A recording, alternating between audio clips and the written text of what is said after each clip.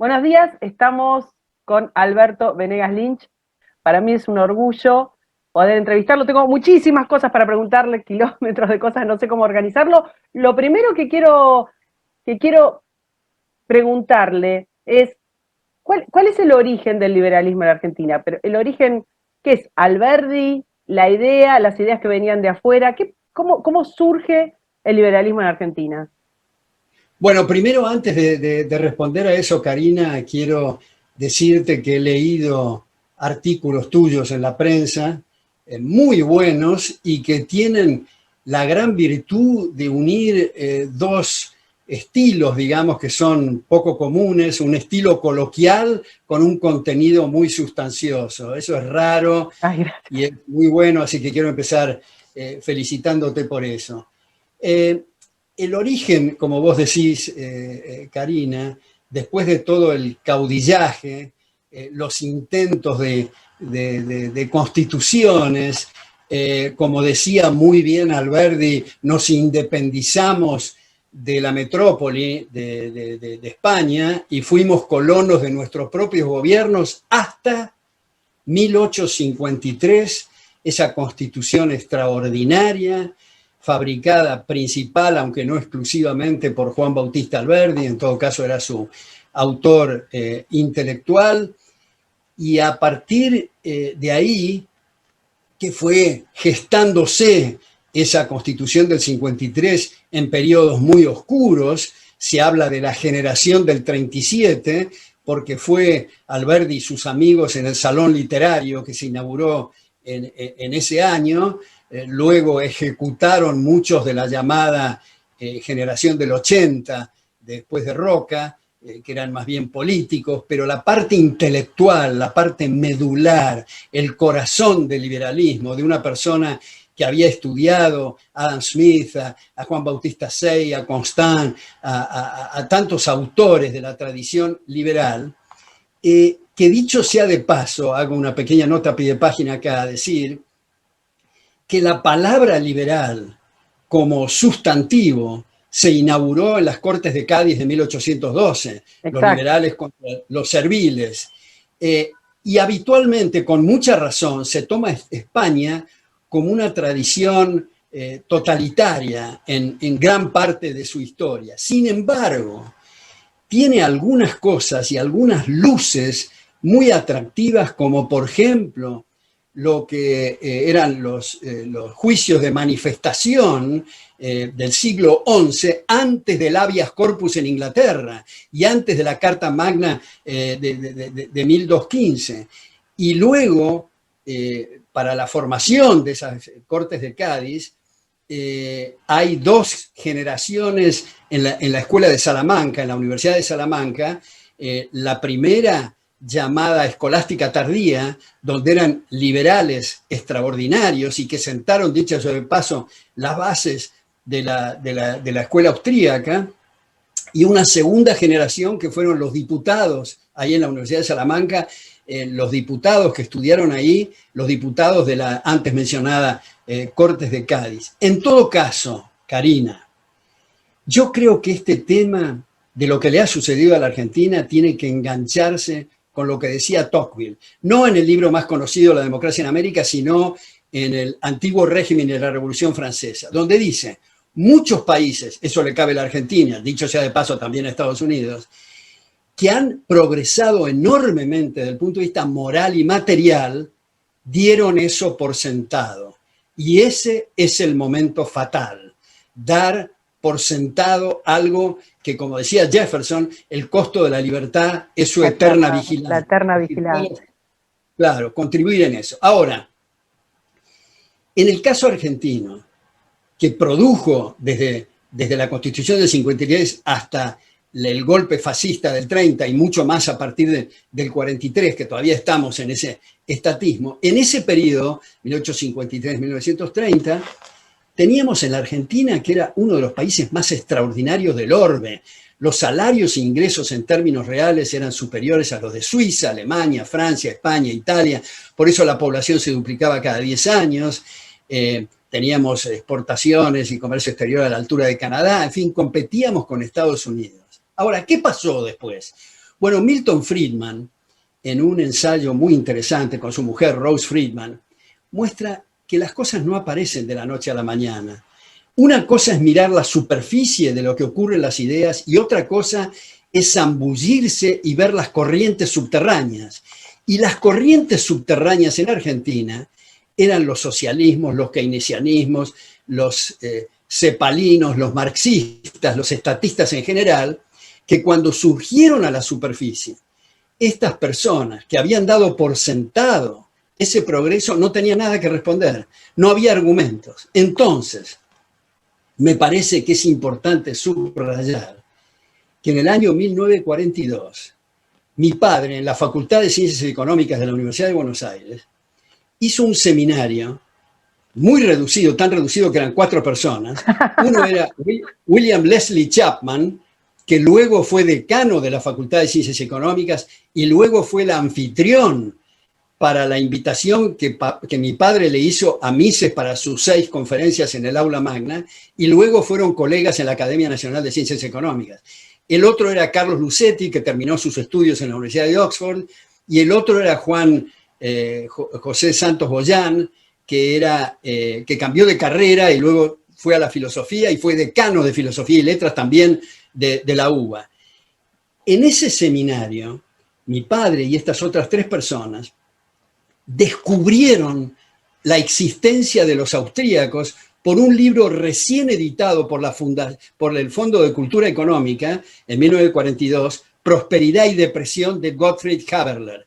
Ahí explica, Haberler no quiero entrar en cuestiones técnicas, pero la teoría del ciclo basada en Ludwig von Mises, en Hayek, en MacClub, en Wicksell, en otros, y descubrieron eso, lo estudiaron, y como dice Chapman, los colegas ahí, otros estudiantes, le decía el grupo de los austríacos, pero no como una cosa despectiva.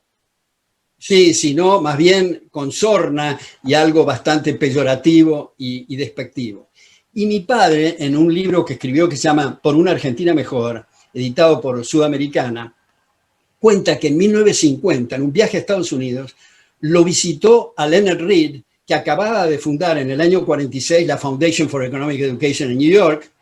Read le dio una carta de recomendación de Mises, que estaba en NYU, en la Universidad de New York, y Mises los llamó por teléfono a Hayek, que estaba en la Universidad de Chicago, y los visitó a los 3 y les dijo que quería establecer una institución que reflotara el liberalismo en la Argentina, lo cual hizo 7 años más tarde, porque mi padre con su familia, lo cual me incluyo, que fui al colegio ahí, estuvo 3 años en Estados Unidos, y en el año 58 fundó el Centro de Estudios sobre la Libertad, que becó a muchas jóvenes a Estados Unidos, que produjo la revista Ideas sobre la Libertad, tradujo y publicó 49 títulos con el apoyo de la Fundación de la Bolsa de Comercio de Buenos Aires, que era miembro del Consejo Directivo también, con seminarios en el interior. Los trajo primero a Mises, que ya mencioné, luego a Hayek, a Read, también estuvo Bruno Leoni, y Louis Rousier, Gottfried Dietze, Donald Dowser, Schenfield, Rogge y tantos otros que fueron por esas tribunas. Y quiero, en este contexto, que es algo de un granito de arena, digamos, pero traté de hacer esfuerzos en la misma dirección. Primero, cuando fui becado a esa institución que mencioné antes, FI, en el año 68, tuve el privilegio de asistir a clases presenciales en NYU con Mises. Tuve el privilegio de asistir a un seminario de 6 sesiones, una vez por semana, en el departamento de Rothbard, que dicho sea de paso, nunca entendí cómo él podía hablar en un departamento que era un piso bajo, las ventanas abiertas, era verano, hacía calor, un ruido fenomenal de la calle, y él hablaba como si no existieran esos ruidos. Pero en fin, luego de mucho tiempo descubrí que estaba haciendo un ejercicio de un libro que publicó mucho después, que se llama For a New Liberty. Eran más o menos esos capítulos. Y en fin, con clases con Hazlitt, con Senholz, con Israel Kirzner, hay que pronunciar bien lo de Kirzner para que no haya errores, y después del 68, al principio del 70, publiqué un libro de texto que era la reformulación de mi primera tesis doctoral, Fundamentos de Análisis Económico, que ahora tiene 12 ediciones, que es la primera introducción de la escuela austríaca en el mundo hispanoparlante en un texto. En la sexta edición, publicada por la Universidad de Buenos Aires, EUDEBA, Hayek, Premio Nobel en Economía, me hizo un prólogo, tuvo la generosidad, y William Simon, ex secretario del Tesoro de Estados Unidos, me hizo un prefacio.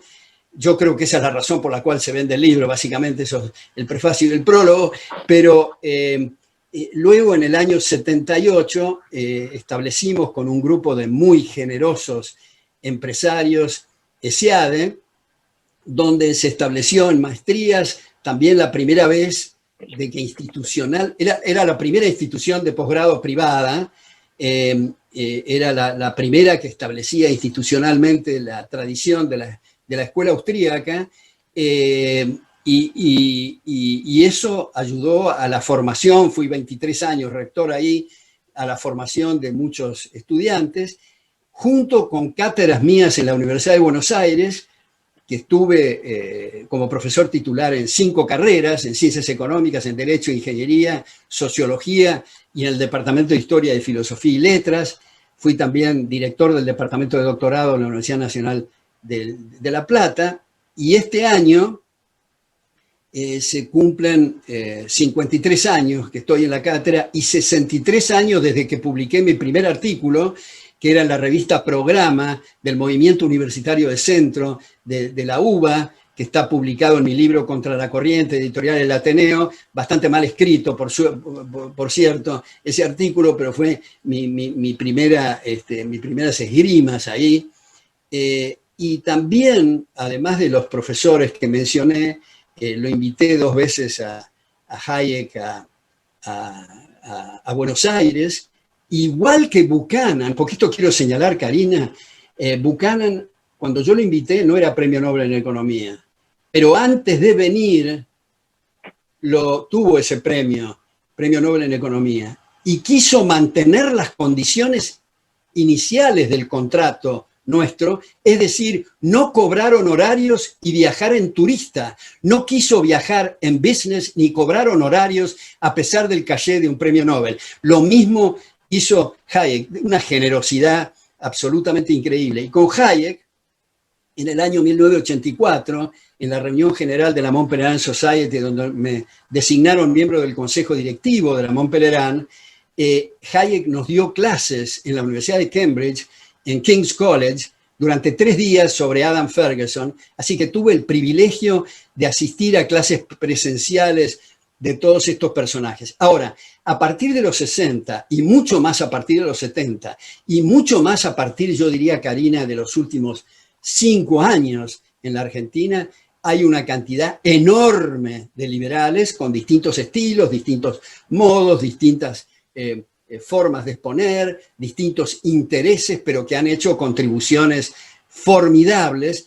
Por eso yo creo, Karina, que en el cuadro argentino actual, a pesar de la decadencia en el nivel político, creo que hay instituciones como Federalismo y Libertad en Tucumán, como Fundación Bases y Fundación Libertad en Rosario, como la Fundación Wilhelm von Humboldt en Mendoza, como la Fundación Libre en Córdoba, como Club de la Libertad en Corrientes, como Libertad y Progreso en Buenos Aires, que tienen chicos y chicas extraordinarios, con tesis doctorales notables, con contribuciones fantásticas.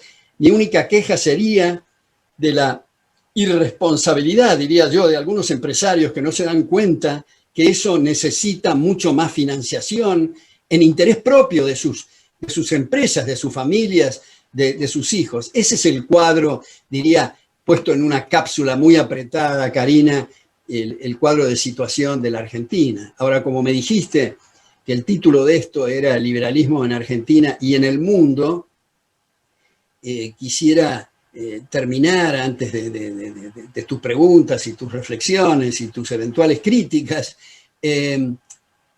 decir que, claro, esta cosa liberal viene de muy antiguo, viene, yo diría, de Sócrates, de la búsqueda de la excelencia, que la virtud es el conocimiento. Y acá viene una cosa, Karina, hago otra nota a pie de página, la importancia de la duda. Vos intercalaste algo, no me acuerdo si estábamos fuera de la grabación o en la grabación, que dijiste que dudabas a veces de tus propios escritos. A mí me pasa exactamente lo mismo. Como decía Borges, no hay tal cosa como un texto perfecto. Si no publicamos, nos pasamos la vida corrigiendo borradores. Entonces, estamos en ebullición, estamos en un proceso evolutivo de prueba y error, donde tenemos que darnos cuenta que no hay metas finales. Por eso acá en la computadora tengo en letras muy grandes el motto o el lema de la Royal Society de Londres, que es nullius in verba, es decir, no hay palabras finales. Lo interesante es descubrir nuevos paradigmas, descubrir nuevos errores nuestros. Por eso hay un autor, Emmanuel Carrer, que dice algo que puede llamar mucho la atención, que dice que lo contrario de la verdad no es la mentira, sino la certeza. Eso puede llamar mucho la atención, pero las certezas bloquean la posibilidad de mirar y explorar otras avenidas, descubrir nuestros errores y descubrir. Por eso a veces cuando hay discusiones entre liberales, que algunos dicen, bueno, no puede haber esas discusiones, yo subrayo, es muy importante comprender que los liberales no somos una manada y detestamos el pensamiento único. Es muy bueno tener distintas perspectivas porque esa es el modo de progresar. Bueno, después de Sócrates también el common law en Inglaterra, el derecho en Roma, es decir, la comprensión que autores como Bruno Leone lo han subrayado mucho contemporáneamente, subrayar que el derecho no es fruto de un diseño ni de ingeniería social, sino de descubrimiento, otra vez lo que decíamos antes, ¿no? En fallos, en competencia, descubrir el derecho.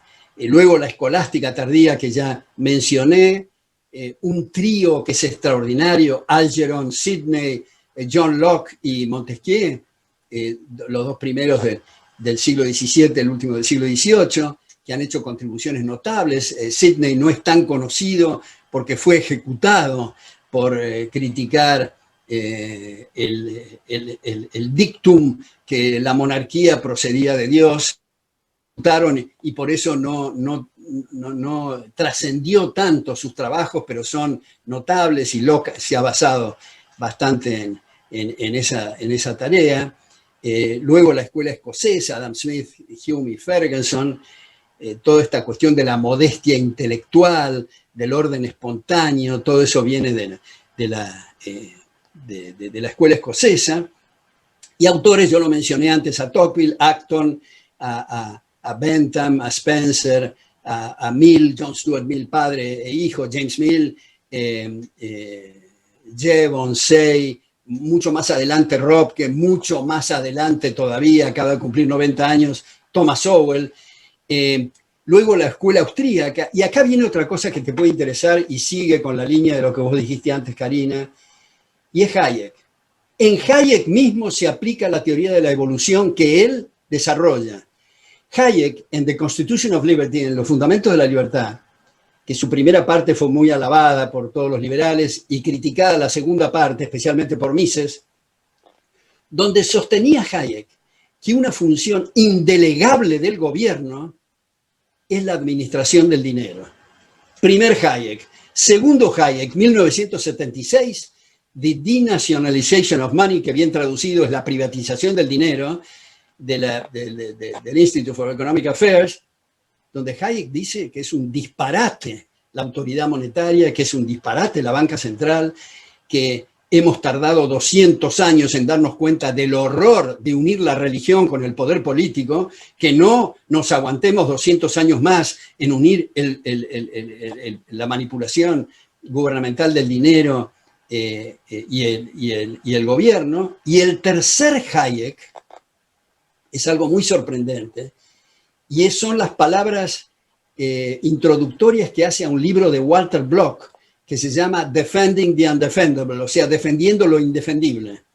Y dice Hayek, al leer este libro, me produjo el mismo shock que cuando asistí a las conferencias y al seminario en la Cámara de Comercio en Viena de Mises, que me produjeron un shock y me sacaron, porque Hayek estaba muy inclinado a la sociedad fabiana, me sacaron de ese track, digamos, para ir a la cuestión liberal. Acá de nuevo hace algunas aseveraciones, Walter Block, que me han dejado paralizado, y me pregunto, ¿no estaremos yendo demasiado lejos? Porque Walter Block objeta la existencia del monopolio de la fuerza, que es un debate paralelo, Karina, que no tenemos tiempo de hacer y lo hacemos con Pero alguna vez alumnos. lo haremos, alguna vez lo haremos. Alguna vez lo haremos. Muy interesante. Hacemos unos seminarios paralelos con un grupo muy reducido de alumnos, pero es sobre los bienes públicos, las externalidades, la asimetría de la información,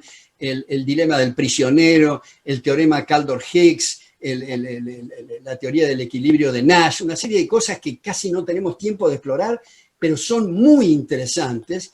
Y dice Hayek, no estaremos yendo demasiado lejos, pero cuando lo leo y releo de nuevo veo, esta persona tiene razón. Hayek muestra ser un niño ingenuo, lleno de magias, digamos, a la edad que tenía, finalmente en su etapa. Eso es solo para mostrar que este es un proceso evolutivo y abierto. Bueno, luego hay que mencionar Law and Economics, de Aaron Director, el suegro de Milton Friedman, que dicho sea de paso, fue el responsable de convencer a los editores que le publiquen el libro a Hayek, que era de otra tradición, Camino de Servidumbre, que no se lo querían publicar y que después fue un bestseller fenomenal. Bueno, Knight, Henry Simons, Friedman, Stigler, Becker, en fin. Y luego una cosa que a lo mejor en nuestros intercambios ahora Karina va a venir, que yo creo que es el mal de nuestro siglo, es la incomprensión más grande y es lo que Garrett Hardin bautizó en la revista Science como la tragedia de los comunes. Esto es lo que es de todos, no es de nadie. No es lo mismo cómo se prenden las luces y se toma café cuando uno paga las cuentas que cuando uno obliga a otros a pagar las cuentas. La tragedia de los comunes, que en realidad no es Garrett Hardin, es 68 la revista Science, pero acá viene de Aristóteles cuando criticaba el comunismo de Platón. Bueno, los incentivos de Ronald Coase, de Harold Dempsey, de Douglas North, de Robbins, de Plant. Y luego, por último, para cerrar esto, es Murray Rothbard y esto que intercalamos hace un rato, la objeción al monopolio de la fuerza. Pero estamos tan aplastados, diría yo, por las noticias y las ocurrencias de lo que ocurre, lo que sucede no solo en la Argentina, sino en el mundo, que tenemos que discutir la imbecilidad del control de precios, que estamos discutiendo desde Diocleciano, 3 siglos después de Cristo, de los fracasos. Entonces, que quizás ahí, no sé si estamos discutiendo filosofía. Acá hay un punto que me parece interesante, que es precisamente, por ejemplo, respecto a que no era lo que le iba a preguntar, pero ya que lo tengo, el control de precios es un fracaso en el que nadie cree, porque concretamente, digamos, no tiene un solo éxito en la historia de la humanidad, se sabe cómo funciona. El control de precios es una impostura y no un plan, porque es algo que uno sabe cuál es el fin. ¿Por qué ganan las imposturas?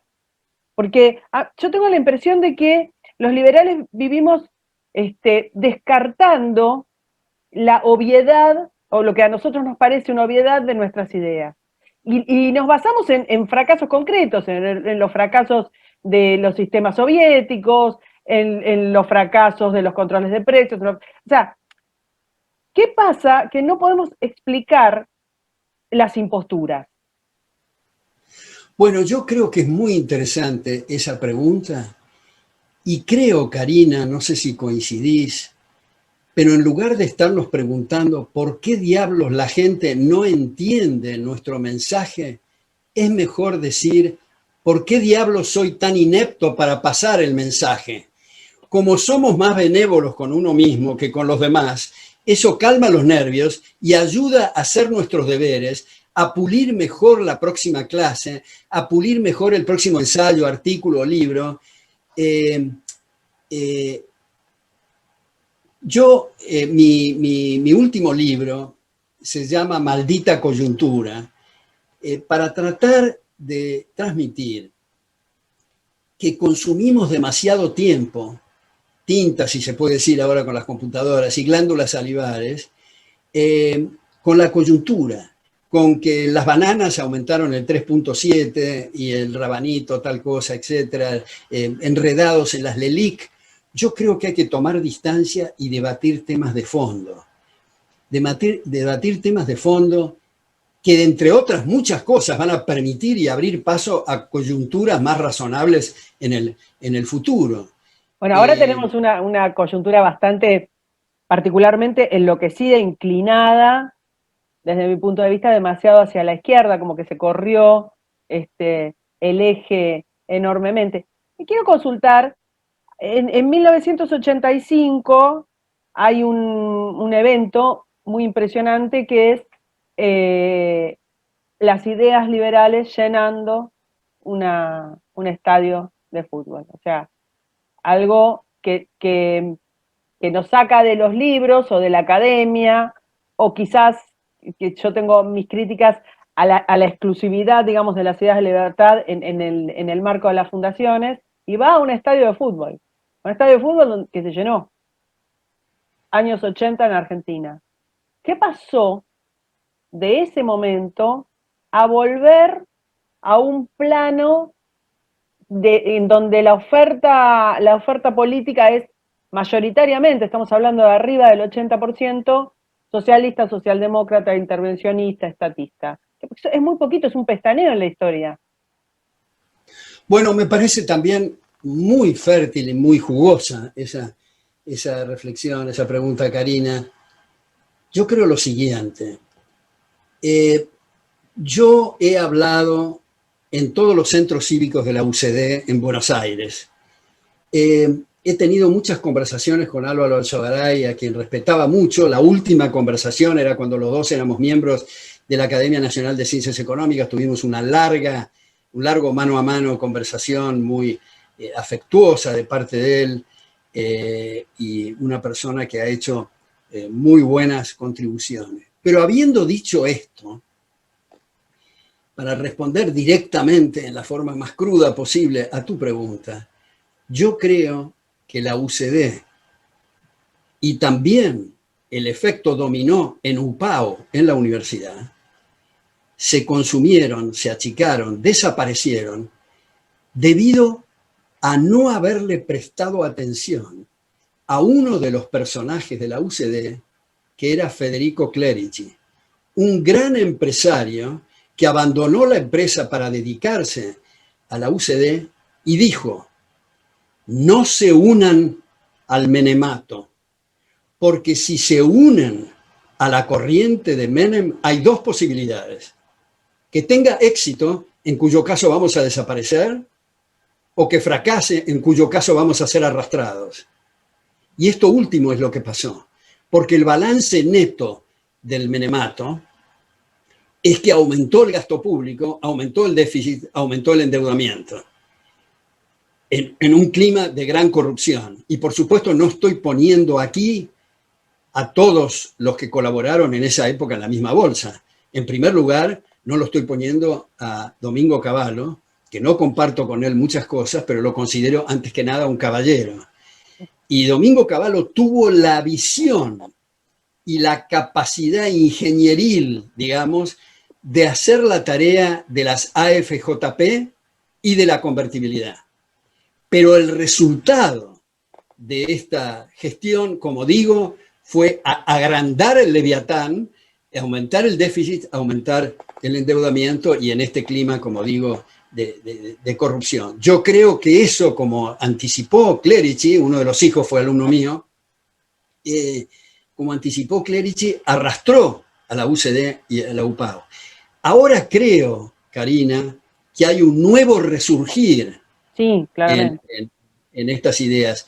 Suponte, vez pasada tuvimos algo que se llamó, creo que, no me acuerdo si encuentro académico o algo así, en la Universidad de Belgrano con Javier Milei. En esa reunión, el aula magna estaba llena y había 5 salas paralelas con pantallas que nos seguían, todos de gente joven. Y acá viene lo importante. Las preguntas que vinieron no eran cuestiones superficiales o esas cosas más o menos de fantoches que a veces ocurren, sino preguntas que mostraban que había mucha biblioteca, que había mucha bibliografía, que había mucha sed intelectual y de conocimiento. Y eso creo que nos debe poner muy optimista, Karina. Vez En ese, pasada, sí, sí, perdón. no, que no quería salirme del fenómeno Milei, porque, a ver, uno no sabe imposible predecir ni 15 minutos en Argentina, pero es cierto que no es Javier solo, hay una larga trayectoria de muchos comunicadores liberales, incluso conservadores, el espacio, digamos, a la derecha y la izquierda, como era la famosa frase, pero el caso de Javier es un caso quizás paradigmático, quizás lo excede a él como fenómeno mismo, lo que usted decía es cierto, y ahí vuelvo a hacerle la consulta respecto de si hay un liberalismo popular, porque es cierto que Javier no solo lleva mucha gente, sino que hace que la gente lea, jóvenes, y por fuera del marco académico, porque usted comentaba bien, eh, es muy acotado el espacio de las ideas liberales en la academia y sobre todo en las universidades públicas, enormemente acotado y cada vez más restricta la posibilidad de la libertad de expresión. Han sufrido mucho tanto Javier como Lacha, como otras, como creo que Manuel Adorni, el ir a una universidad y ser muy maltratado por ese espacio académico. Entonces, vuelvo a consultar, más allá de todo eso, ¿hay un liberalismo popular en el River del 85, en el Milei del 2020, 2019, bueno, y actualmente, ¿hay la posibilidad de un liberalismo por fuera de la academia?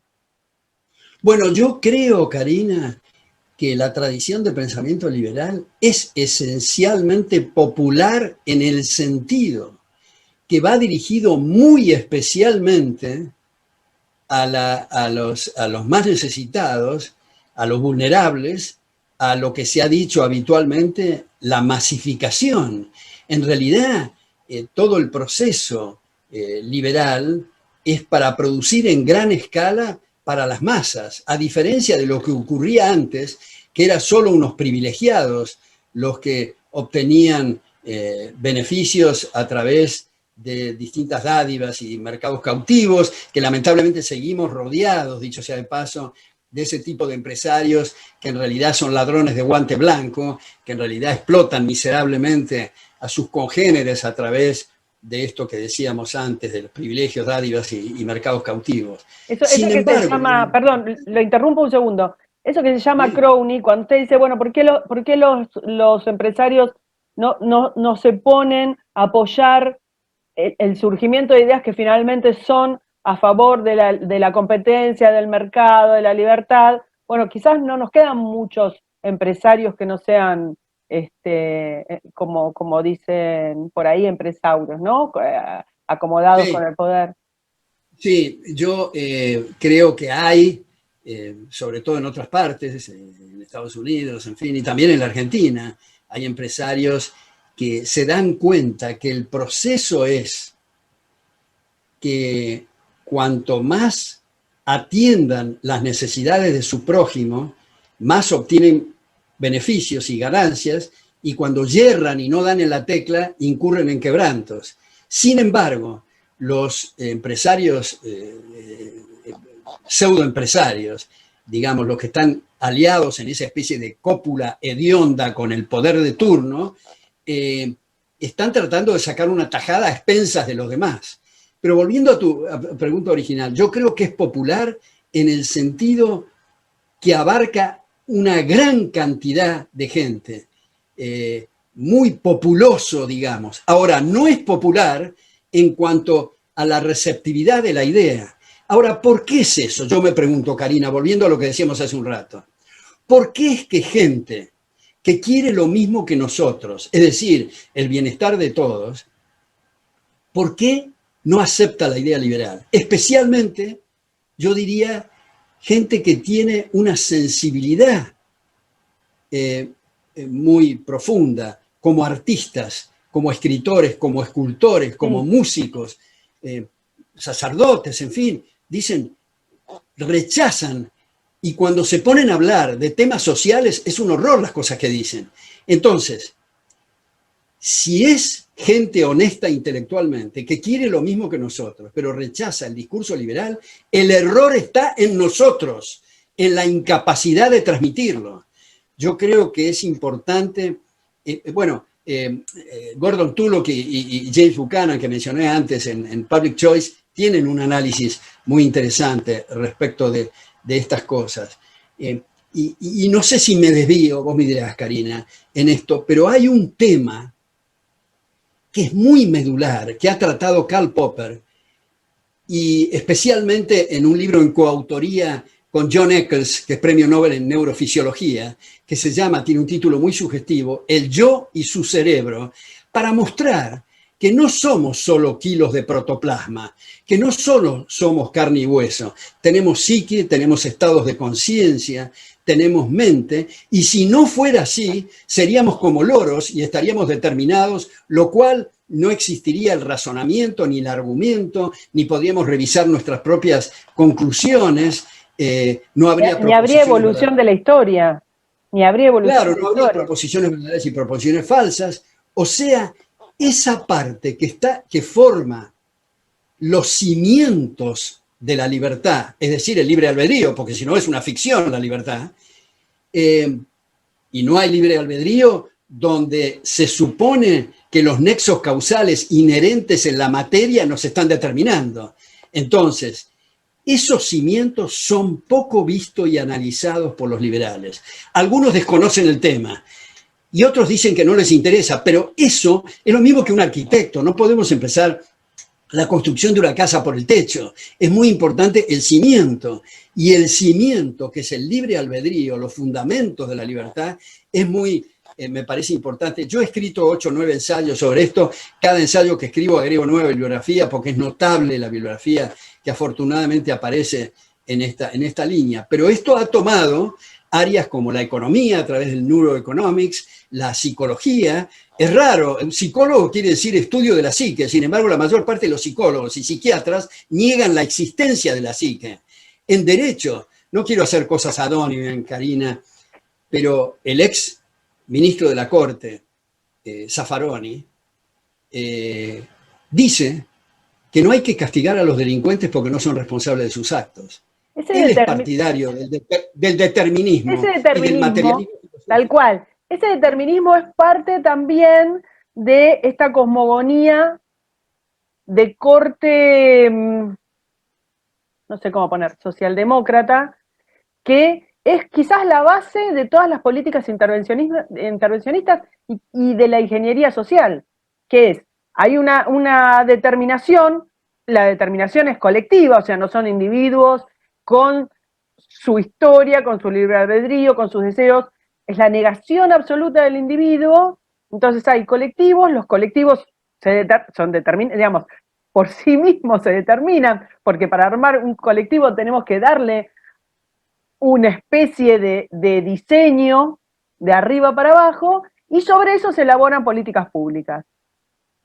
Hay algo que me parece que trasciende casi, diría, todos los gobiernos que tenemos actualmente, y lo diría a escala quizás más allá de Occidente, que es ese determinismo que es la base, la excusa, quizás la condición de buena voluntad para algunos, quizás no para otros, de las políticas públicas y la ampliación infinita del Estado, porque es algo que se ha expandido de tal manera que para volver a hace, no sé, 20 años, tendríamos que desarmar la mitad de los estados que en este momento están presentes. Y no hablo solamente de socialismo del siglo XXI o de socialdemocracia, hablo de prácticamente todo.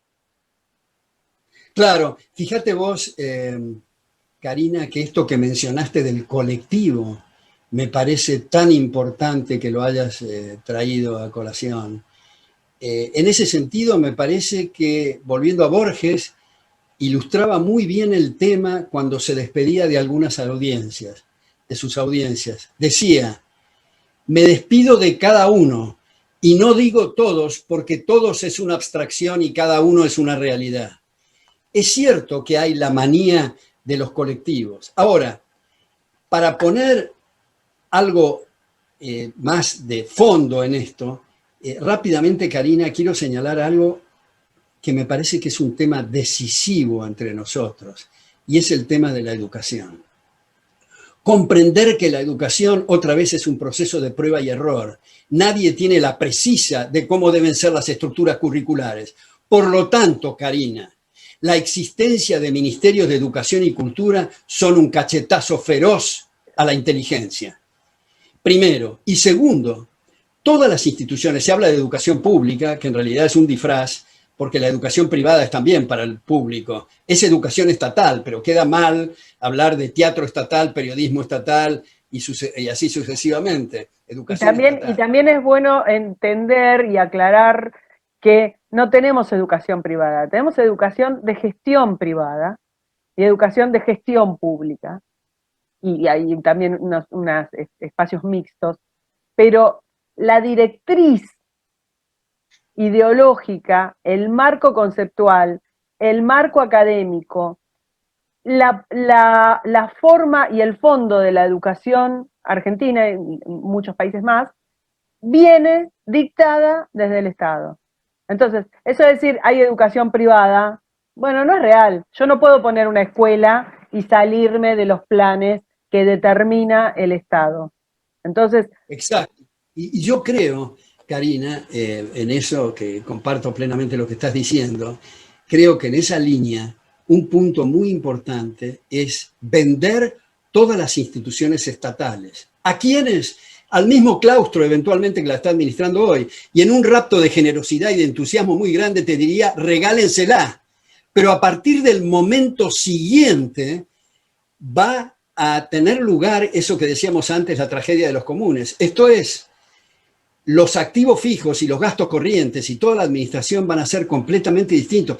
Y no estoy para nada diciendo que profesoras y profesoras en el ámbito estatal sean malos. Hay buenísimos, excelentes, que tienen una marcada tendencia a la excelencia, ¿no? Y al esfuerzo, a la abnegación. Yo mismo estaría escupiendo al cielo, que fui, como te digo, profesor titular de economía en 5 facultades en la Universidad de Buenos Aires. El tema no es ese, el tema es de incentivos nuevamente. Ahora, agrego que para gente que no tiene ingresos y tiene las condiciones intelectuales para aplicar a las ofertas educativas existentes, creo que como una política de transición habría que establecer los vouchers, o sea, créditos educativos, para mostrar que hay un non sequitur, o sea, no se sigue del hecho que digamos que unos tienen que financiar la educación de otros, no se sigue que haya colegios y universidades estatales, puesto que el candidato que recibe el voucher elige la que mejor le agrade de todas las privadas existentes. Y como vos dijiste bien,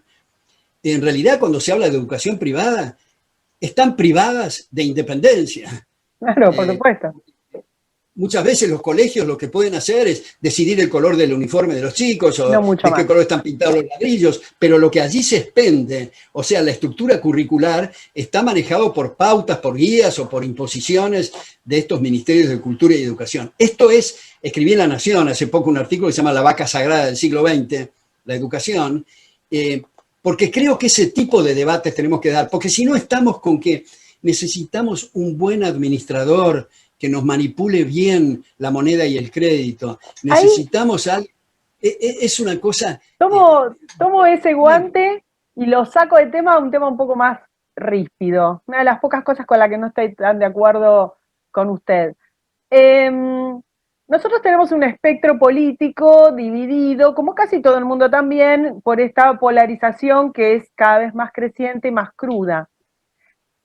Se maneja dependiendo de las necesidades electorales de las mitades, que son de ahora en más coaliciones, ya no tenemos partidos, y es muy difícil saber el programa y el marco político e ideológico, porque como son frentes, tenemos como medio de todo divididos en dos partes.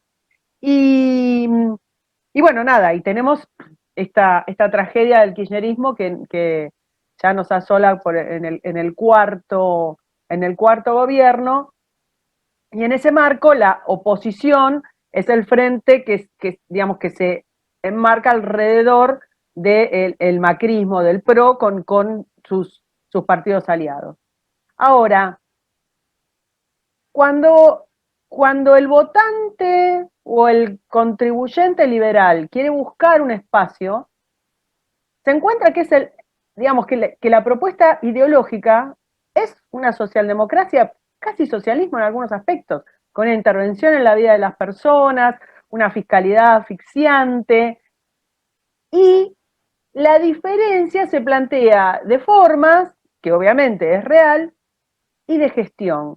Como que si el modelo socialista que tenemos en la ciudad de Buenos Aires, o que en su momento se planteaba respecto de las agendas socialistas, funcionara si no hubiera corrupción o si hubiera una mejor gestión. Para mí eso es obviamente, que lo estoy diciendo en tono crítico, pero de alguna manera usted dijo, bueno, no hay que dividir estas coaliciones y hay que apoyar. Ese intríngulis que tenemos los liberales, ¿cómo se resuelve? Bueno, primero, Karina, te agradezco mucho la confianza de mostrar esta pequeña disidencia estratégica, si vos querés, como escribió mi querido amigo Carlos Sabino, ex marxista, ahora liberal, vivió en la Argentina, en Venezuela, ahora está en Guatemala, en la Universidad Francisco Marroquín. Yo le sugerí que escribiera sobre su experiencia de cambio, y el título del libro es Todos nos equivocamos. Otra vez, la visión que ahora te voy a mencionar en una cápsula puede estar muy equivocada, pero yo creo, a lo mejor exagero, pero creo que es tan grave lo que está pasando en la Argentina, es tan feroz la embestida del chavismo autóctono, que no podemos darnos el lujo de fraccionar y de separar a la oposición, porque corremos el riesgo que se consolide. Yo creo que la mejor noticia para el chavismo local es que vayan en frentes separados los que se oponen al chavismo, con distintas características y con distintas incoherencias, como vos muy bien señalás, no hay ninguna duda. Digamos, el gobierno anterior fue un fracaso estrepitoso. No interesa que me digan que querían unirse al mundo. Sí, por supuesto. Claro, no, que querían unirse al mundo y que iban a España y el rey y todo lo demás. No me resulta relevante.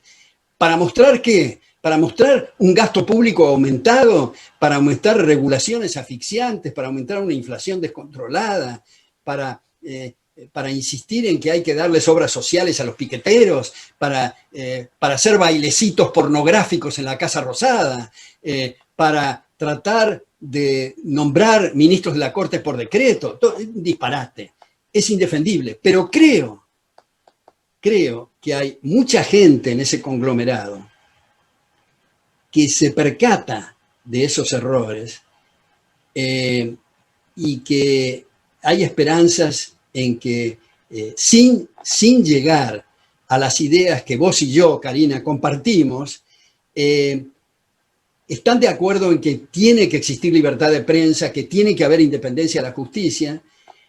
Yo creo que es tan grave la situación que es importante que todos los que se oponen al chavismo autóctono se unan. Y yo creo, y no quiero dar nombres acá porque a muchos amigos, en fin, no coincidimos en esto, con otros sí coincidimos, pero en algunos les he dicho, ustedes seriamente dicen que van a ir en el 2021, o sea, este año en la legislativa, separados, criticando acérrimamente a los otros grupos para en el 23 unirse con los que están criticando.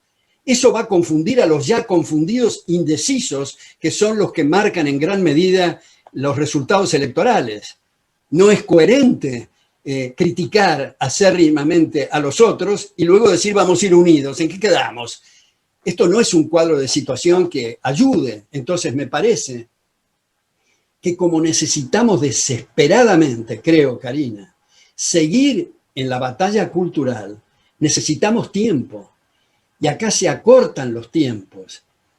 Por ejemplo, te digo, para poner una cosa muy del momento, a mi juicio, de todos los que he visto, puede ser que haya algunos que no haya visto, que analizaron el discurso del presidente ayer en la Asamblea Legislativa, el mejor de todos fue Álvaro de la Madrid, que como le he dicho a él varias veces, hay que ir al origen del Partido Radical, de su extraordinario jeffersoniano fundador del partido, Leandro Alem, que su frase más conocida es: el mejor gobierno es el que menos gobierna.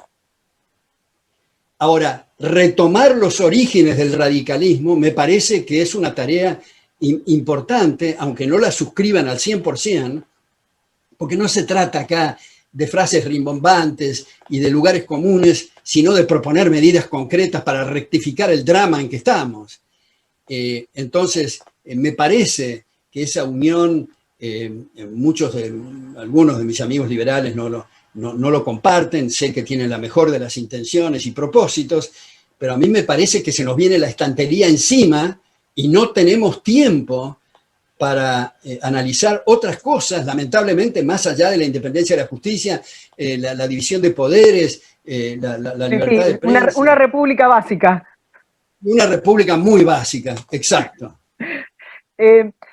Alberto, estamos casi en la hora. Yo quisiera seguir hablando con usted. Bueno, me encantó conversar contigo, Karina. Ya como te dije, te sigo con tus notas en la prensa, que dicho sea de paso me da una enorme satisfacción ver que es un diario que quiere volver a las fuentes, dicho sea de paso, ya que estamos hablando de volver a las fuentes, y volver a esa tradición extraordinaria de Alberto Gainza Paz, de Emilio Ardoy, de Alfonso Laferrer, etc. Veo que hay muchas notas, incluyendo la tuya, que marcan ese retorno, que es una gran esperanza para la Argentina. Le quería preguntar, usted habló de las fuentes de un radicalismo jeffersoniano. Sin embargo, a partir del 83, bueno, antes también, pero digamos, a partir del 83, el radicalismo vira casi totalmente, casi no le queda, digamos, interna, y vira hacia una socialdemocracia de corte, digamos, europeo. Eso decanta en sus manifestaciones universitarias, sindicales y demás, hasta la actualidad, donde ya casi no queda el radicalismo de origen del que usted hablaba. ¿Esto es una decadencia del radicalismo, un nuevo radicalismo? ¿Ya nos tenemos que resignar?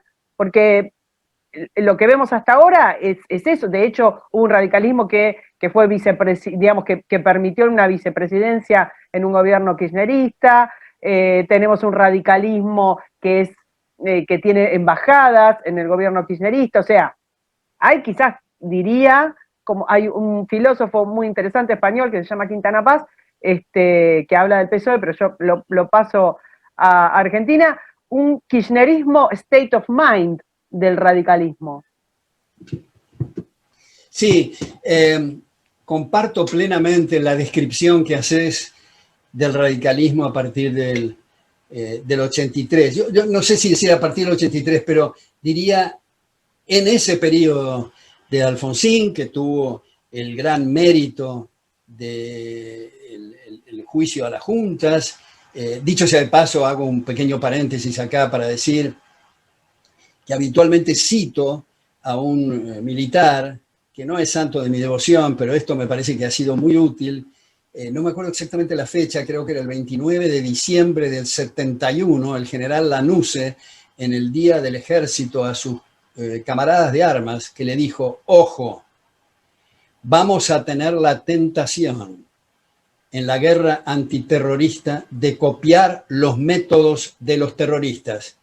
Pero si hacemos eso, la vamos a ganar en el terreno militar, pero la vamos a perder en el terreno moral.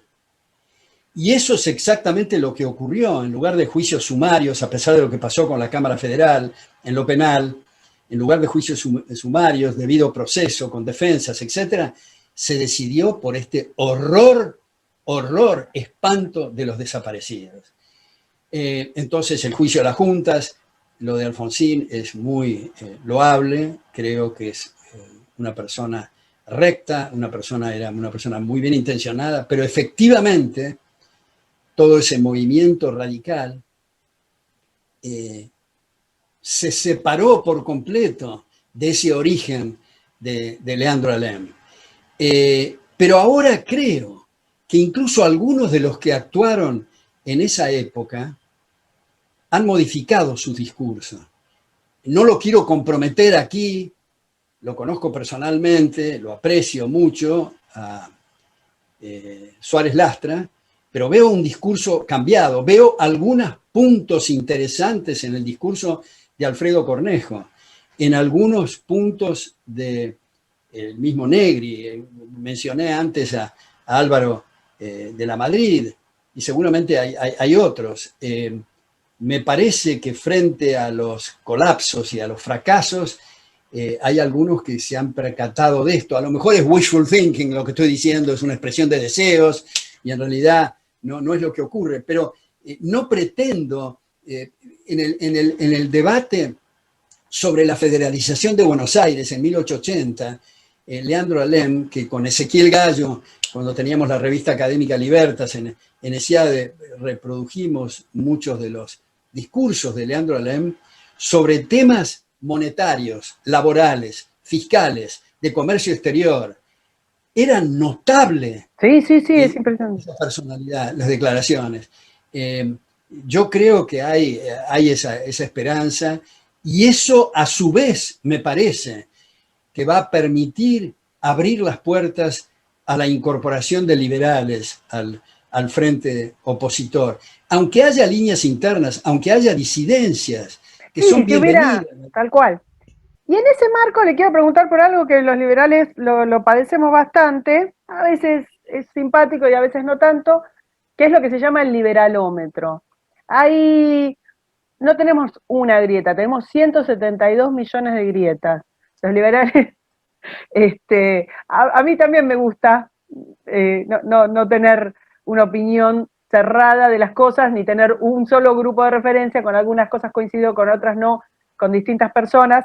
Estaría bueno que no lo tomáramos tan a pecho, que nos permitiera seguir charlando, pero sobre todo tenemos, quizás la grieta más importante tiene que ver con la bioética, ¿no? En este marco. Hace poquito tiempo hubo, que vi que lo comentó, un debate entre Gloria Álvarez y Agustín Laje sobre temas de bioética. Yo ya sé su posición, no quiero preguntarle sobre eso, sino por la forma en la que debatimos. ¿Qué le pareció el debate? Diciendo, yo hago mías las palabras de Milei, que fue el moderador, que se trata de dos personas que vienen dando eso que llamamos la batalla cultural en distintos ámbitos, con muchas inclemencias, con mucha gente que los ha tratado muy mal y que los ha amenazado y demás. O sea que uno puede estar de acuerdo con uno o con otro, pero estamos hablando de dos personas valiosas dentro del marco de nuestras ideas. ¿Qué le parece cómo discutimos?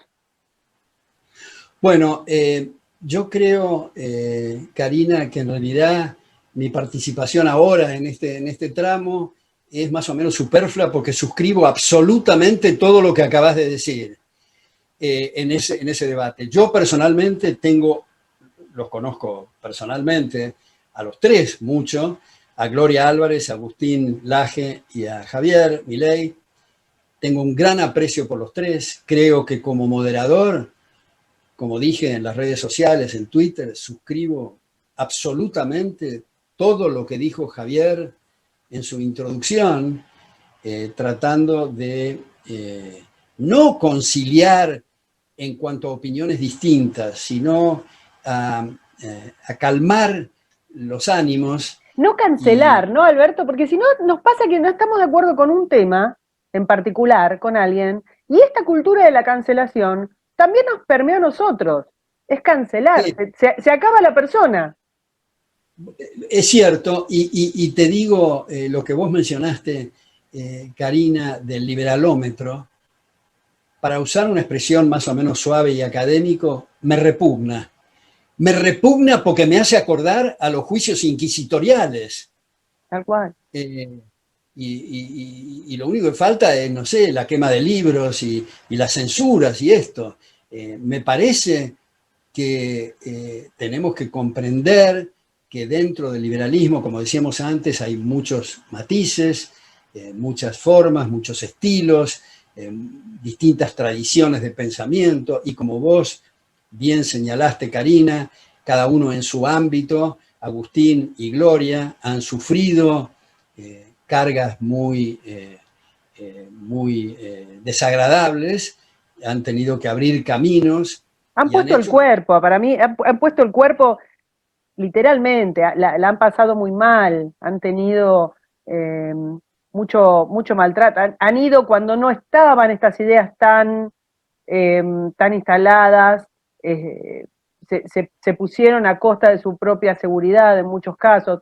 Por eso pienso insisto, que la cultura de la cancelación, que la derecha critica lo bien que hacen criticarla tanto, quizás nosotros la aplicamos para nosotros mismos, cerrándonos hacia una persona porque hay uno, dos, tres temas que no coincidimos.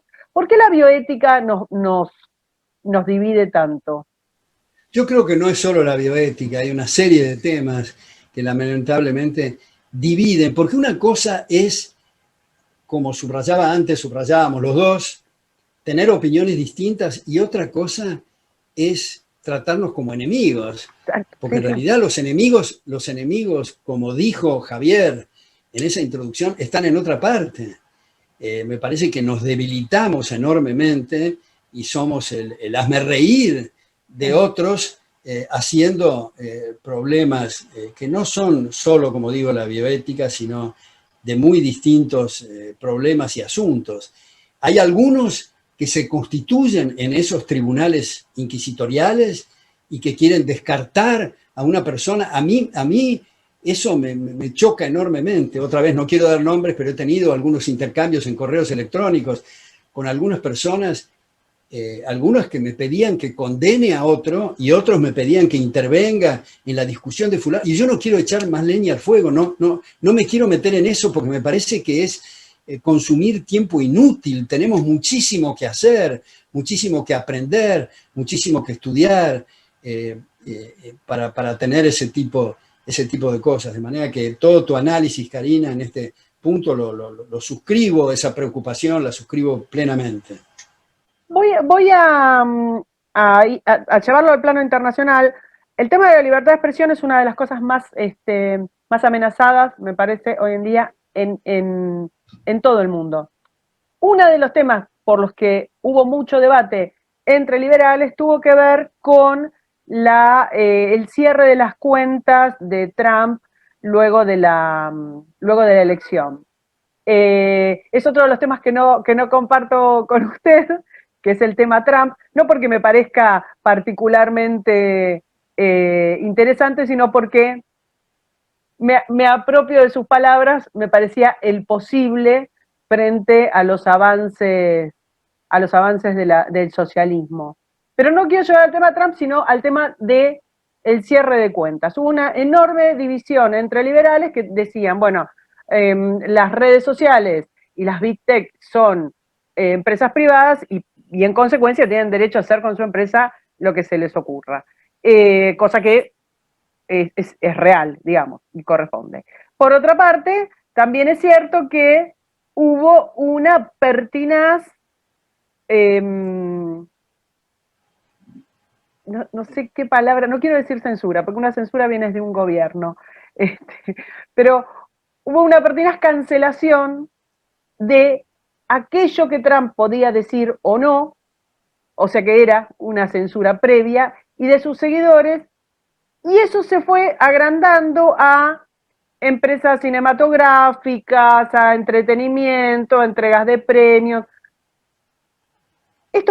no hay forma de que esto no genere una reacción. Entonces, ¿está avanzando la censura en el mundo? Bueno, primero quiero decir que es muy agradable conversar con vos, Karina, porque tocas temas muy espinosos y muy Perdón. jugosos. Ahora, eh, vos mencionaste muy al pasar y dijiste que no te querías sentar o mantener sobre el tema Trump, pero quiero hacer una pequeña elaboración. Primero, me doy cuenta qué es lo que está pasando en el Partido Demócrata. Me doy cuenta del avance fenomenal sobre las libertades individuales que se corre riesgo en el Partido Demócrata. Lo cual no justifica que este fulano haya pretendido desconocer los resultados electorales y decir que son una trampa y una mentira cuando han sido certificados por los 50 estados, por 61 cámaras federales y locales, entre ellos 8 jueces designados por Trump, incluso aprobado por su propio vicepresidente, y ha hecho estas reflexiones, estos consejos, estas mentiras fenomenales que amenazan gravemente el sistema republicano y el sistema democrático. Y como ha dicho, bueno, muchos de sus colaboradores, ¿no? El ex jefe de gabinete, el general John Kelly, yo quiero subrayar esto para no extenderme mucho, el ex secretario de Estado, o sea, el cuarto en la línea de sucesión, que era CEO y presidente de ExxonMobil, la tercera empresa más importante de facturación en el mundo, que dice Trump no tiene la menor idea de lo que significa el comercio libre y la mayor parte de las cosas que dice no se condicen con la realidad, lo cual es una forma elegante de decir que es un mentiroso.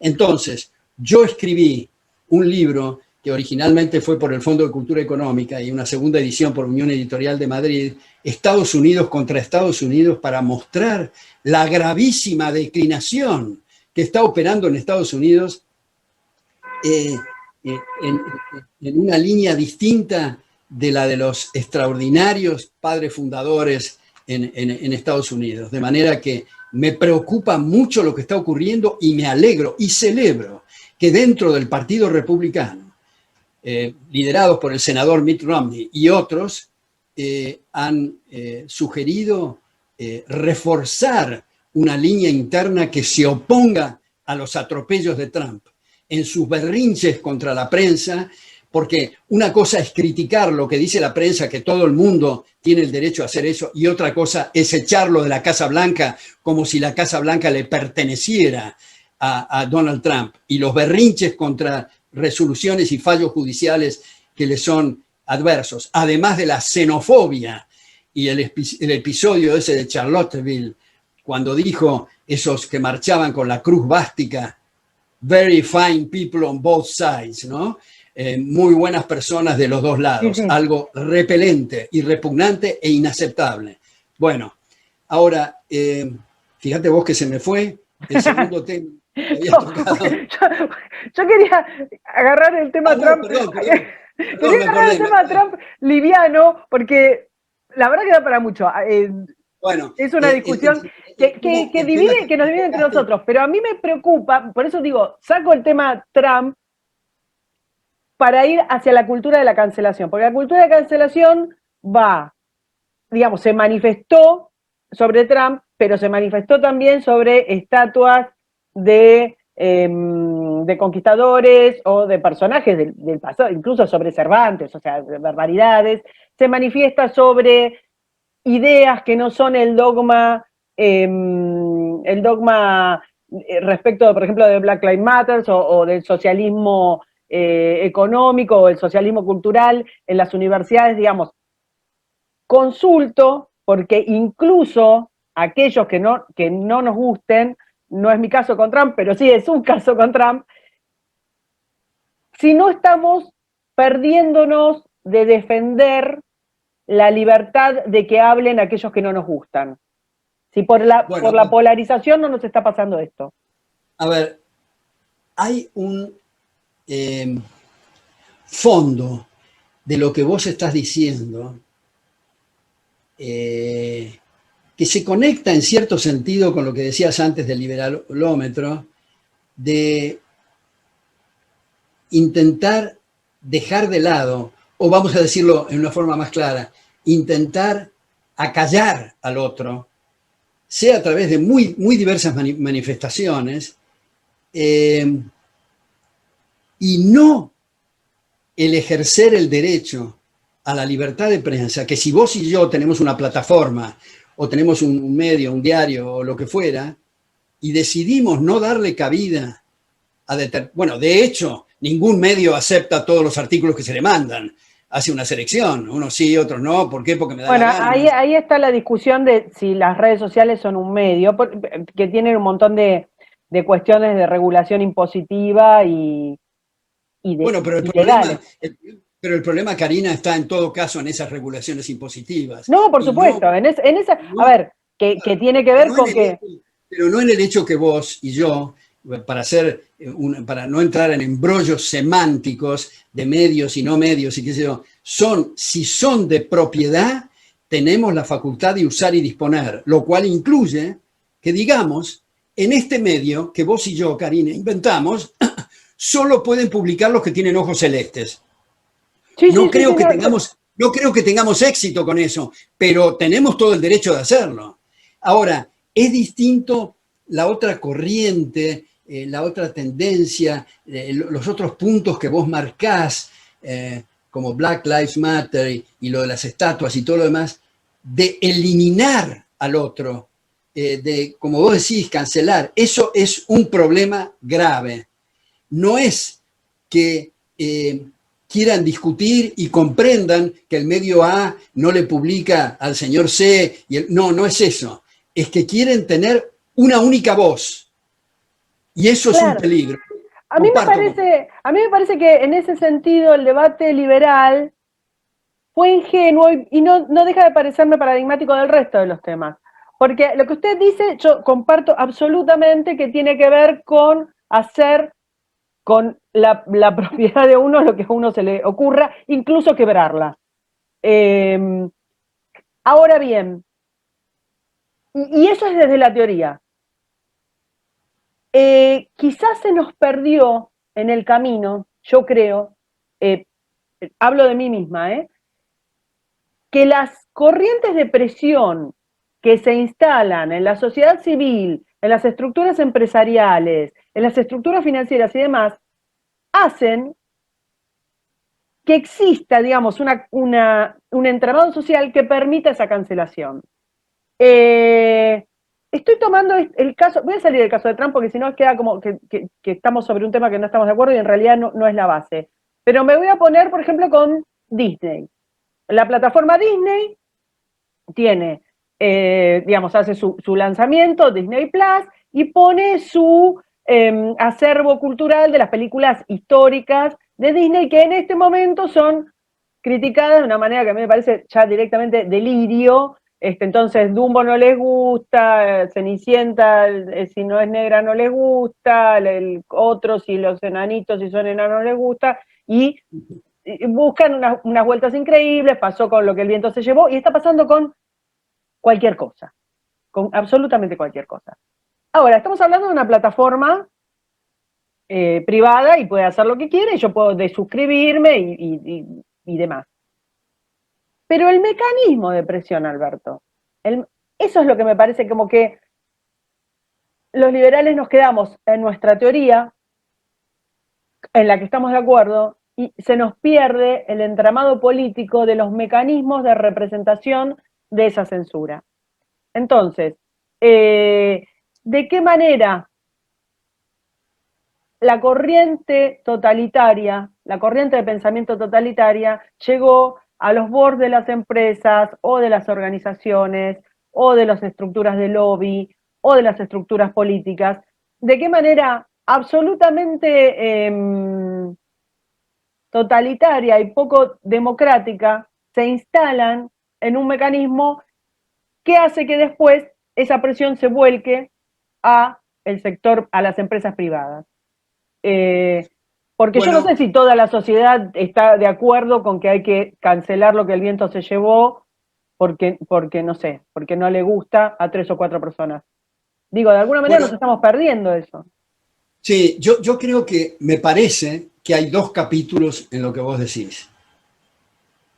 Pero antes de entrar a los 2 capítulos, te quiero decir que no sé cómo no te conocía antes, porque es un placer hablar con vos. Ay, gracias.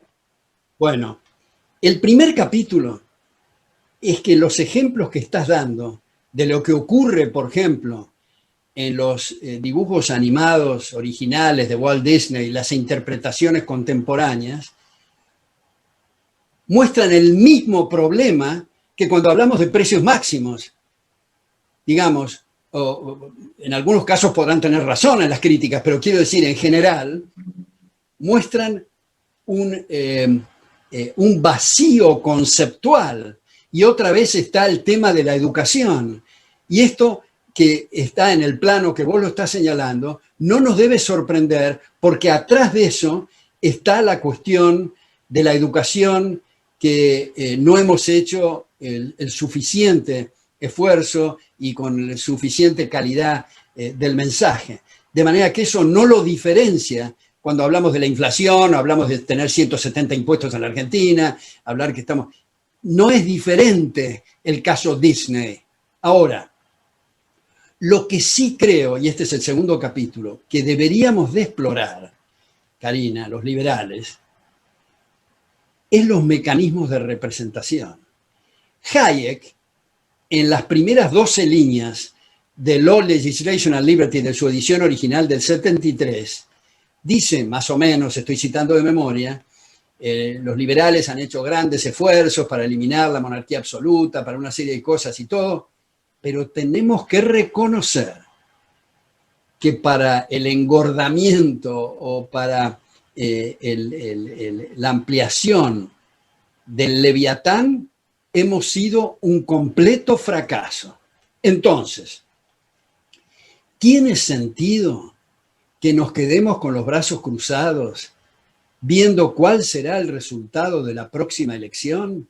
¿O abrir un debate ahí también para tener sistemas de representación distintos? Por ejemplo, Bruno Leoni, otra vez lo menciono, para el Poder Judicial sostiene que hay que abrir por completo el arbitraje privado, sin regulación de ninguna naturaleza, incluso la posibilidad de que no sean abogados, que a veces es mejor incluso, para abrir procesos de descubrimiento en el derecho.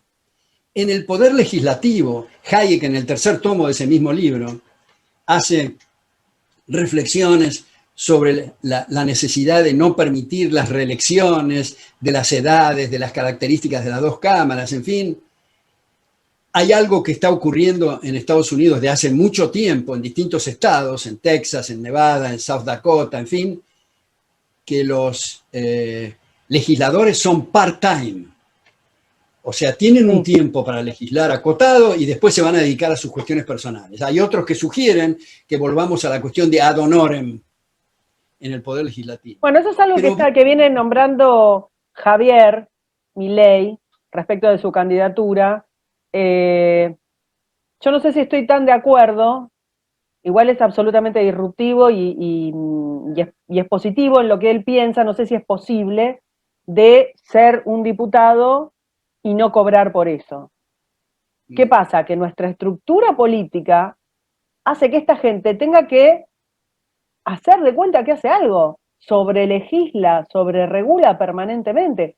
A veces estaría buenísimo que no vayan.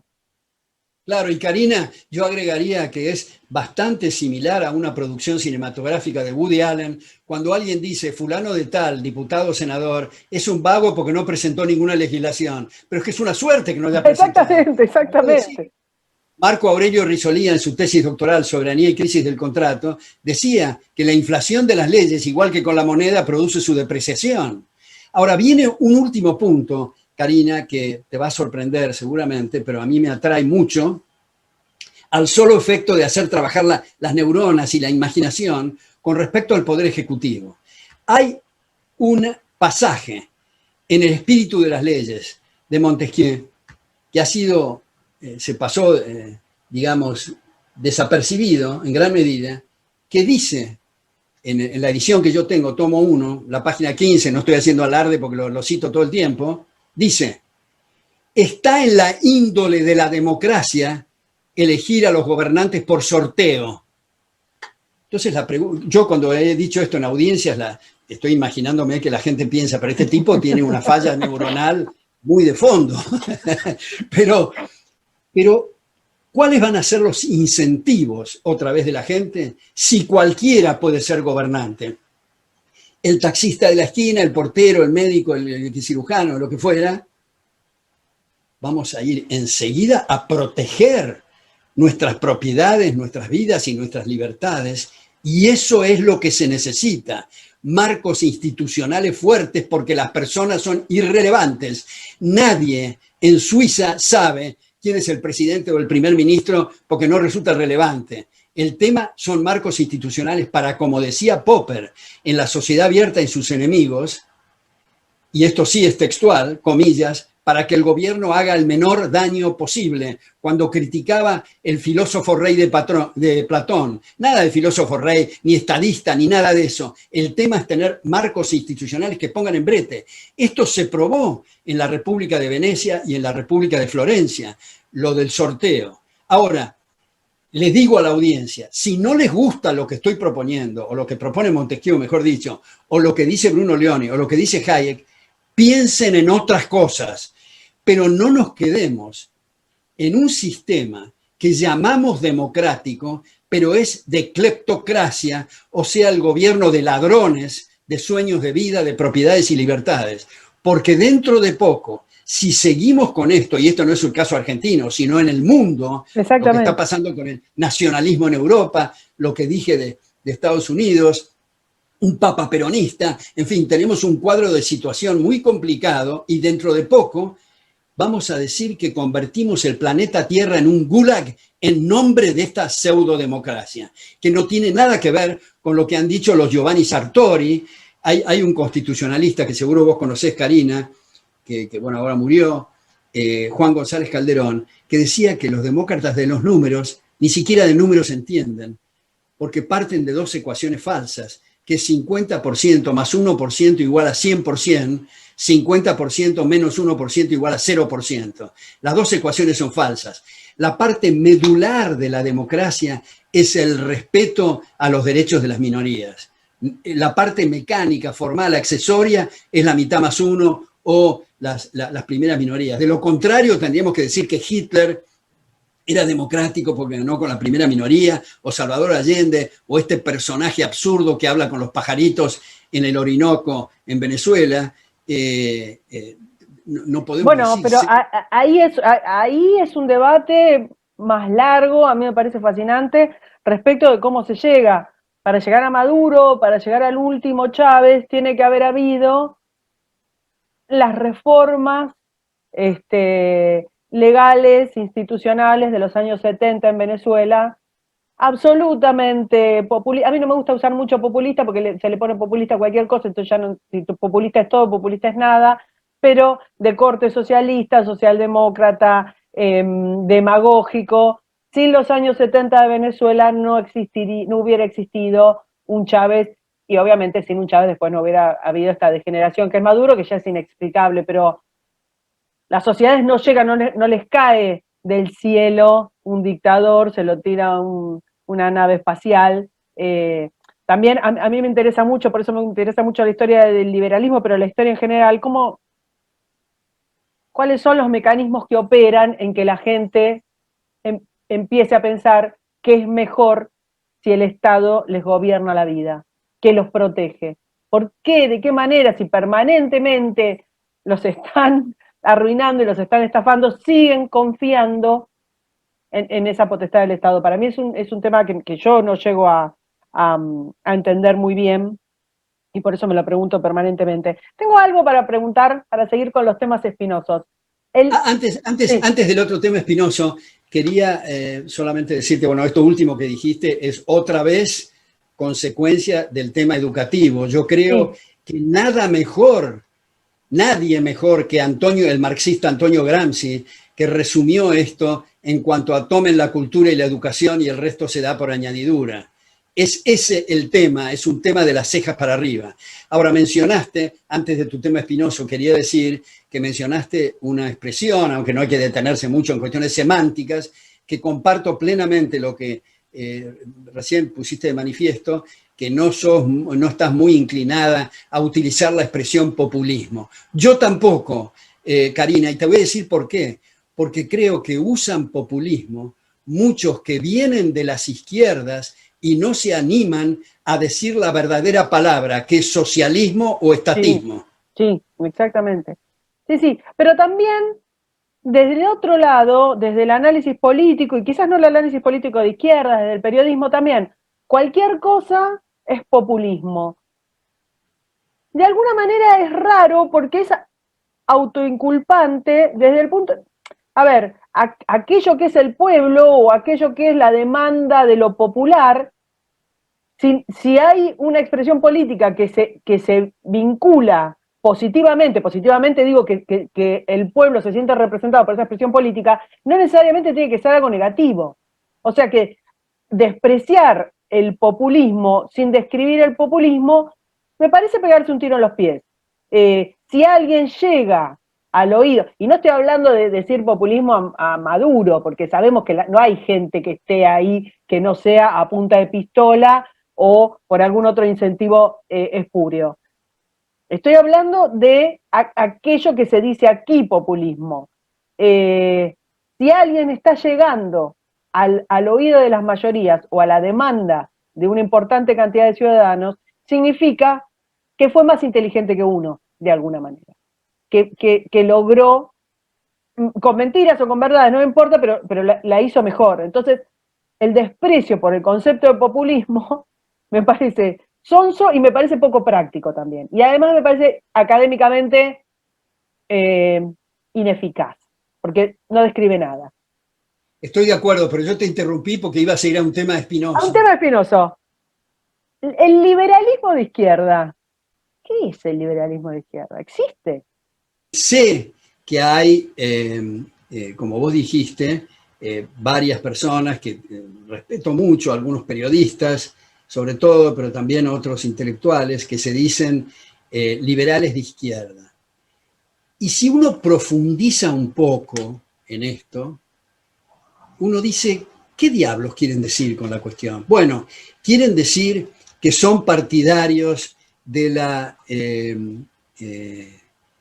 libertad política, que son partidarios de la libertad de prensa, que son partidarios de, dicen, respetar derechos, pero no están de acuerdo con la libertad económica. Ahora, yo digo lo siguiente.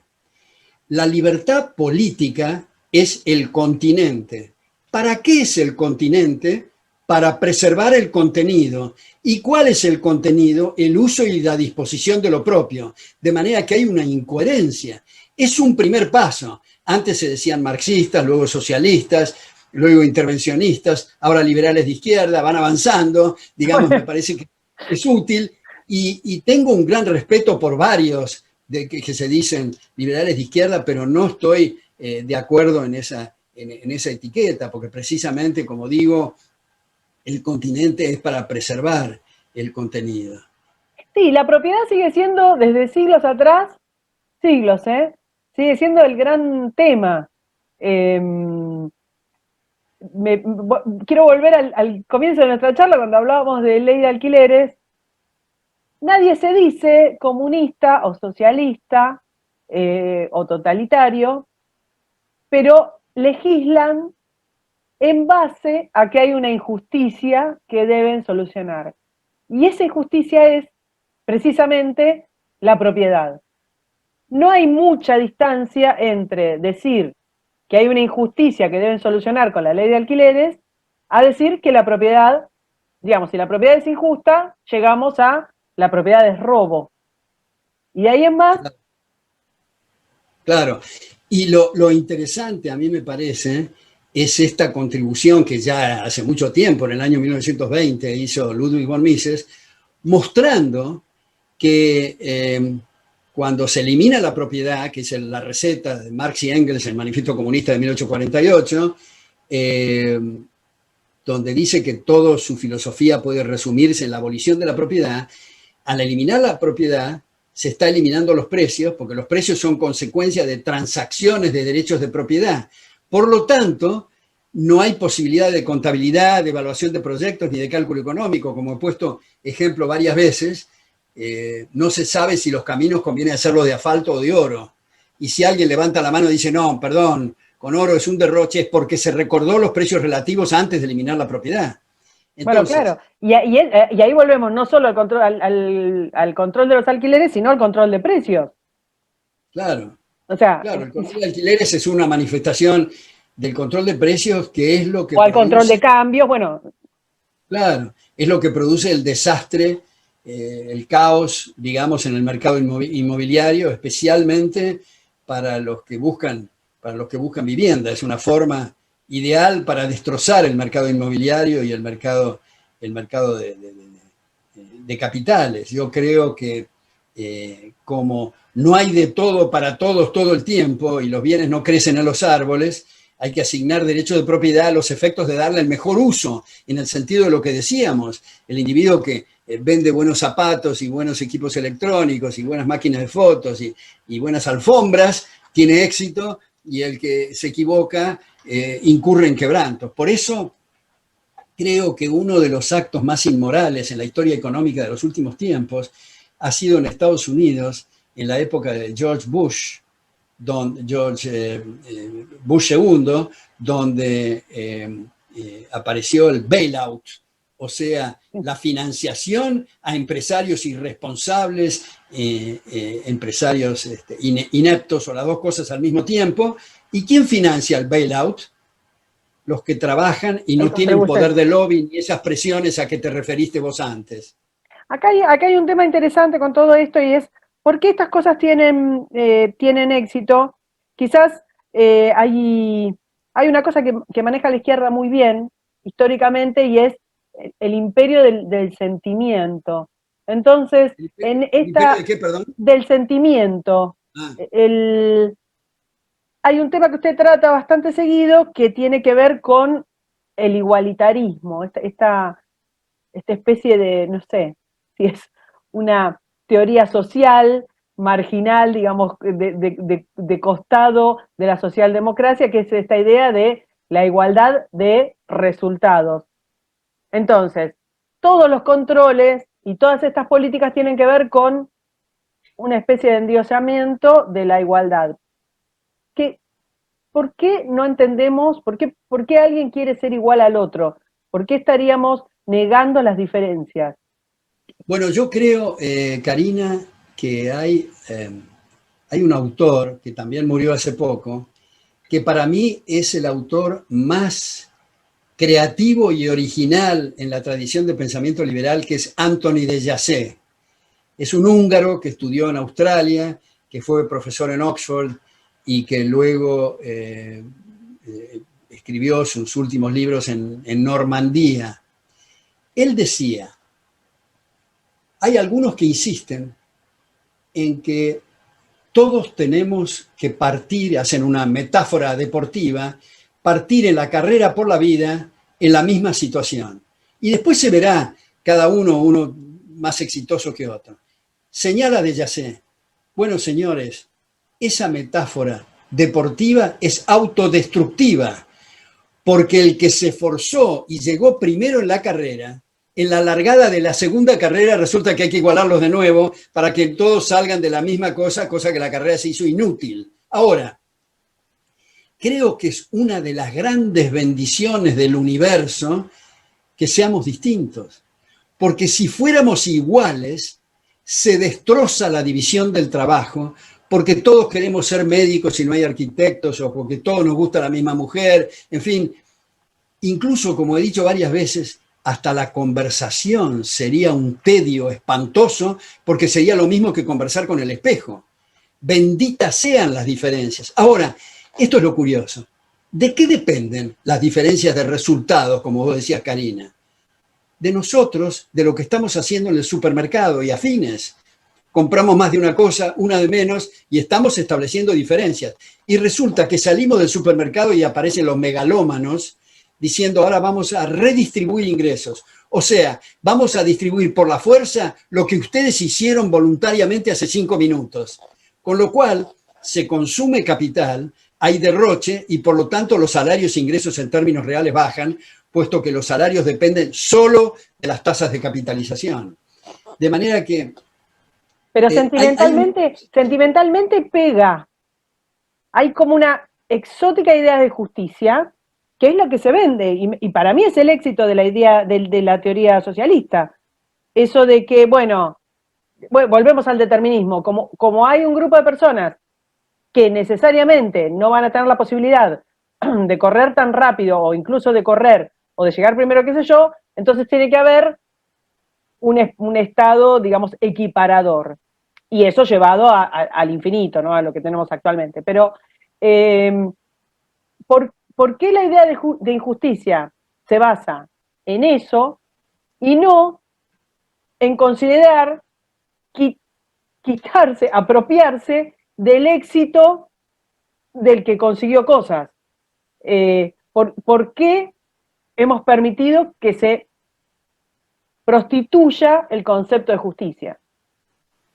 Bueno, fíjate que también se me ocurren dos cosas a raíz de esto. Uno, a diferencia del darwinismo, donde las especies más aptas eliminan a las menos aptas, lo interesante de la sociedad abierta es que los más eficientes ayudan enormemente a los menos eficientes. Digamos, para ponerlo en una cosa antigua, los salarios, los aumentos de los salarios de los obreros en Estados Unidos se deben a los Henry Ford. Esto es, las tasas, la diferencia entre Uganda y Alemania no es el clima, ni la etnia, ni cuestiones de los astros, sino que son distintas tasas de capitalización que obligan a los alemanes a pagar salarios más altos. ¿Por qué es que en Estados Unidos y en Canadá no existe tal cosa como servicio doméstico? ¿Es que el ama de casa no le gusta tener apoyo logístico? No, es que no lo puede pagar porque están colocadas en empresas y sale muy caro. ¿Por qué es que en una republiqueta africana un fulano se hace abanicar a la hora de la siesta por 15 tipos? ¿Y por qué es que si ese mismo tipo se muda a Nueva York, no puede hacerse abanicar por 15 tipos porque cada abanicada le sale $15.000 y es muy caro? Porque las tasas de capitalización son más altas. Ahora, ¿por qué en un lado son más altas y otras más bajas? Porque hay en un lugar marcos institucionales más civilizados que en otros. Entonces, esto es una cosa que va directamente, me parece, a mí a la pobreza. Ahora, respecto de la justicia, una vez, cuando di una charla en Tucumán, en un seminario en la Fundación Federalismo y Libertad, entre la audiencia me encontré con una persona que se llama Marcos Rullés, que me regaló un libro sobre filosofía del derecho en 2 tomos, bastante mal editado porque fue a pulmón y lo editó en China, y las referencias bibliográficas y todo eso están medias confundidas, pero un libro extraordinario que en las academias que yo pertenezco traté de difundir las obras acá en Buenos Aires, y un punto que decía, que me parece muy bien puesto, es que el concepto de igualdad ante la ley, que como dice Hayek, es la única igualdad compatible en una sociedad abierta, tiene que estar atado y anclado a lo que vos mencionaste, Karina, que es el concepto de justicia. Porque no es igualdad ante la ley para ir todos a un campo de concentración.